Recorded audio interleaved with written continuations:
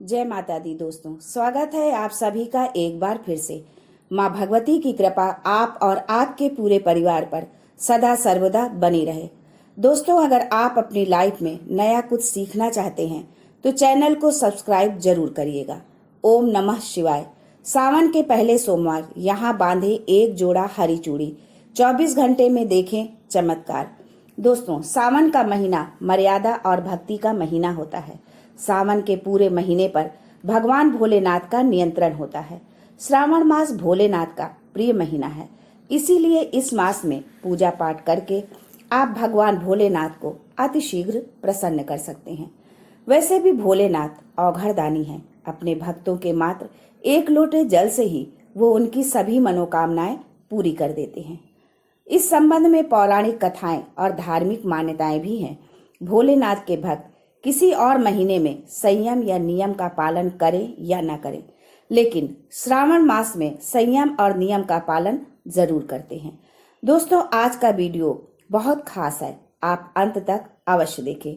हम अपने वीडियो में सरल और उपयोगी जानकारी देते हैं जिससे प्रत्येक व्यक्ति उसका लाभ उठा सके। सावन के महीने का कुछ विशेष महत्व इस प्रकार से है। सावन के महीने में ही समुद्र मंथन हुआ था। सावन महीने में ही माता लक्ष्मी समुद्र मंथन से उत्पन्न हुई थी और माता लक्ष्मी को धन की देवी की उपाधि सावन मास में ही मिला था। सावन के महीने में भगवान भोलेनाथ मृत्युलोक में आ जाते हैं और जिनके घर में शिवलिंग रखे गए होते हैं उनके घर में भगवान आंशिक रूप में जरूर आते हैं। इस मास में भगवान विष्णु योग निद्रा में चले जाते हैं तो संपूर्ण सृष्टि का कार्यभार भगवान भोलेनाथ पर होता है। दोस्तों, आज हम बताएंगे कि किस वृक्ष पर एक जोड़ा हरी चूड़ी बांधने से आपकी सारी इच्छा पूरी होगी, आपके जीवन के सारे संकट दूर होंगे। लेकिन दोस्तों, ये जानकारी बताने से पहले आपसे रिक्वेस्ट करते हैं कि वीडियो को लाइक जरूर करिएगा, दोस्तों को शेयर कर दीजिएगा और अगर आपने अभी तक चैनल को सब्सक्राइब नहीं किया है तो चैनल को सब्सक्राइब करके बेल आइकन जरूर दबाइएगा। और अगर आप भी भोलेनाथ के सच्चे भक्त हैं तो कमेंट बॉक्स में लिखें ओम नमः शिवाय। भगवान भोलेनाथ को ये 3 वृक्ष अत्यंत प्रिय हैं और इन 3 वृक्षों की पूजा करने से शिव पूजा के समान फल प्राप्त होता है। दोस्तों, इन वृक्षों के बारे में ये भी कहा जाता है कि स्वयं भोलेनाथ और माता पार्वती इन वृक्षों के रूप में भूलोक पर अवतरित हुए थे, अर्थात उन्होंने भूलोक पर जन्म लिया था। पहले जानते हैं सावन में हरी चूड़ी का महत्व। दोस्तों, हरा रंग सौभाग्य और प्रेम उल्लास का प्रतीक माना जाता है। हरा रंग प्रकृति का स्वरूप माना जाता है। माता पार्वती प्रकृति हैं और भगवान भोलेनाथ को पुरुष माना जाता है। सावन में चढ़ाए जाने वाले बेलपत्र, धतूरा, भांग और दूब हरे रंग के होते हैं। प्रकृति निर्माण करने वाले भगवान भोलेनाथ हरे रंग से अतिशीघ्र प्रसन्न होते हैं। सावन में जो महिला हरे रंग की चूड़ी पहनती है, हरे वस्त्र धारण करती है, उसे अखंड सौभाग्य की प्राप्ति होती है। इसलिए सभी माताओं बहनों को सावन मास में हरी चूड़ी और हरा वस्त्र धारण करना चाहिए। माता पार्वती उनका सौभाग्य अखंड रखती हैं। सावन मास में लाल रंग के वस्त्र धारण करने से भगवान भोलेनाथ नाराज हो जाते हैं। तो दोस्तों, इस वृक्ष पर सावन के किसी सोमवार को बांधे हरी चूड़ी आपका दुर्भाग्य सौभाग्य में बदल जाएगा। कैसी भी परेशानी हो, गरीबी हो, कष्ट हो, कलह हो, जीवन में चल रही सारी समस्याएं समाप्त हो जाएंगी। और केवल एक ही सोमवार के दिन आप ये उपाय करते हैं, हरी चूड़ी इस वृक्ष पर बांधते हैं तो जन्म जन्मांतर की गरीबी भी मिट जाएगी और शीघ्र ही एक ही सोमवार को ये उपाय करने से आपकी मनोकामना पूर्ण होगी। तो दोस्तों, वो कौन से वृक्ष हैं, आइए जानते हैं। पहला वृक्ष है शमी का वृक्ष। तो शमी के वृक्ष के बारे में ध्यान से सुन ले। शमी वृक्ष को माता पार्वती और शिव का मिश्र रूप कहा जाता है, इसीलिए शमी के वृक्ष को उमा महेश्वर वृक्ष भी कहा जाता है।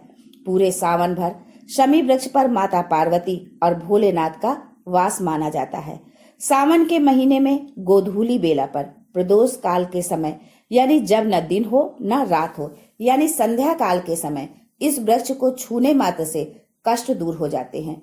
सावन के महीने में शमी वृक्ष की जड़ पर कच्चा दूध डालने मात्र से भगवान भोलेनाथ अतिशीघ्र प्रसन्न होते हैं और माता पार्वती का खूब सारा आशीर्वाद मिलता है। शमी वृक्ष का और धार्मिक महत्व क्या है, ये भी जानिए। दोस्तों, भगवान राम ने लंका पर आक्रमण करने से पहले शमी वृक्ष की ही पूजा की थी। पांडवों ने अपने दिव्य हथियार शमी वृक्ष के नीचे ही छुपा कर रखे थे। शमी वृक्ष जिस घर में लगा होता है उस घर का कल्याण होता है। तो दोस्तों, शमी वृक्ष पर उमा महेश्वर का ध्यान करते हुए 2 जोड़ा हरी चूड़ी और हरा रिबन जरूर बांधें, या जो भी हरे रंग की श्रृंगार की वस्तु आपको मिल जाए उसे जरूर भेंट करें। आपकी कोई भी मनोकामना हो एक ही सोमवार में पूर्ण हो जाएगी। शमी वृक्ष के पत्ते यदि पूरे सावन भर भोलेनाथ पर चढ़ाते हैं तो आपके घर अष्टलक्ष्मी वास करती हैं।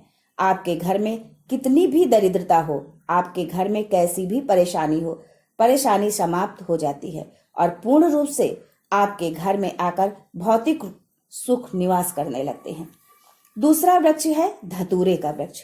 धतूरे का वृक्ष भगवान भोलेनाथ के उग्र स्वरूप काल भैरव के अंश से उत्पन्न हुआ है। मान्यता है कि शिवलिंग पर धतूरे का पत्ता, पुष्प या फल चढ़ाने से राहु, केतु और शनि के कुप्रभाव समाप्त हो जाते हैं। धतूरे के वृक्ष पर सावन के महीने में अगर 2 जोड़ा हरी चूड़ी बांधे तो शत्रु से छुटकारा मिल जाता है। दोस्तों, सावन के महीने के किसी भी शनिवार के दिन बाबा काल भैरव का ध्यान करते हुए हरी चूड़ी बांधी जाए तो घर से भूत प्रेत बाधा भस्म हो जाती है। छोटी सी धतूरे की जड़ घर के किसी भी कोने में छुपाकर या खनन कर दबा दी जाए या गाड़ दी जाए तो भूत प्रेत की बाधा समाप्त हो जाती है। दोस्तों, तीसरा वृक्ष है बेल का वृक्ष। स्कंद पुराण में लिखा है कि बेल का वृक्ष माता पार्वती के पसीने से उत्पन्न हुआ है। जब माता पार्वती का पसीना मंदराचल पर्वत पर गिरा तो उसने बेल के वृक्ष का स्वरूप ले लिया। माना जाता है कि बेल के वृक्ष का दर्शन करने मात्र से ही व्यक्ति के पाप मिट जाते हैं। स्पर्श करते हैं तो जीवन की सारी समस्याएं मिट जाती हैं। अगर आप भगवान भोलेनाथ को अति शीघ्र प्रसन्न करना चाहते हैं, आप भगवान भोलेनाथ पर खूब सारी चीजें चढ़ा रहे हैं लेकिन बेल का पत्ता नहीं चढ़ाते हैं तो वो प्रसन्न नहीं होते हैं। पूरे सावन में बेल की जड़ पर ब्रह्मा जी का वास होता है, मध्य स्थान पर विष्णु और संपूर्ण स्थान पर भगवान भोलेनाथ का वास माना जाता है। ऐसा भी माना जाता है कि कोई भी साधक सावन के महीने में बेल वृक्ष की पूजा करे, सुबह के समय में या फिर संध्या के समय में बेल की जड़ के पास अगर घी का दीपक जलाए तो तीर्थों के स्नान करने के समान पुण्य की प्राप्ति होती है। समस्त तीर्थ सावन के महीने में बेल की जड़ में आ जाते हैं। तो दोस्तों, सावन के किसी भी सोमवार बेल वृक्ष पर कच्चा दूध डाला जाए तो जीवन की परेशानियां और कष्ट मिटते हैं। सावन के किसी भी सोमवार के दिन संध्या बेला में बेल के वृक्ष में 1 जोड़ा हरी चूड़ी जरूर बांधें। संध्या बेला में ही क्यों? तो दोस्तों, संध्या बेला को ही प्रदोष काल कहा जाता है। प्रदोष काल के समय अगर माता पार्वती और भोलेनाथ की एक साथ पूजा की जाए तो प्रभाव बढ़ जाते हैं। इससे मनोकामना अतिशीघ्र पूरी होती है। जैसे आप सुबह पूजा करते हैं तो उसका प्रभाव 100 गुना होता है, लेकिन अगर संध्या काल के समय जब आप पूजा करते हैं तो उसके प्रभाव 1000 गुना ज्यादा बढ़ जाते हैं। तो संध्या काल के ही समय घी का दीपक जलाएं। दीपक जलाने के बाद आप 1 जोड़ा हरी चूड़ी बेल के वृक्ष पर जरूर बांधें। एक ही सोमवार के दिन ये उपाय करने से आपकी जो भी मनोकामना होगी वो पूर्ण हो जाएगी। जब आप भोलेनाथ पर बेलपत्र चढ़ाते हैं तो कम से कम 3 पत्तों पर चंदन से श्री राम लिखकर जरूर चढ़ाएं। इससे भगवान भोलेनाथ जल्दी प्रसन्न होते हैं।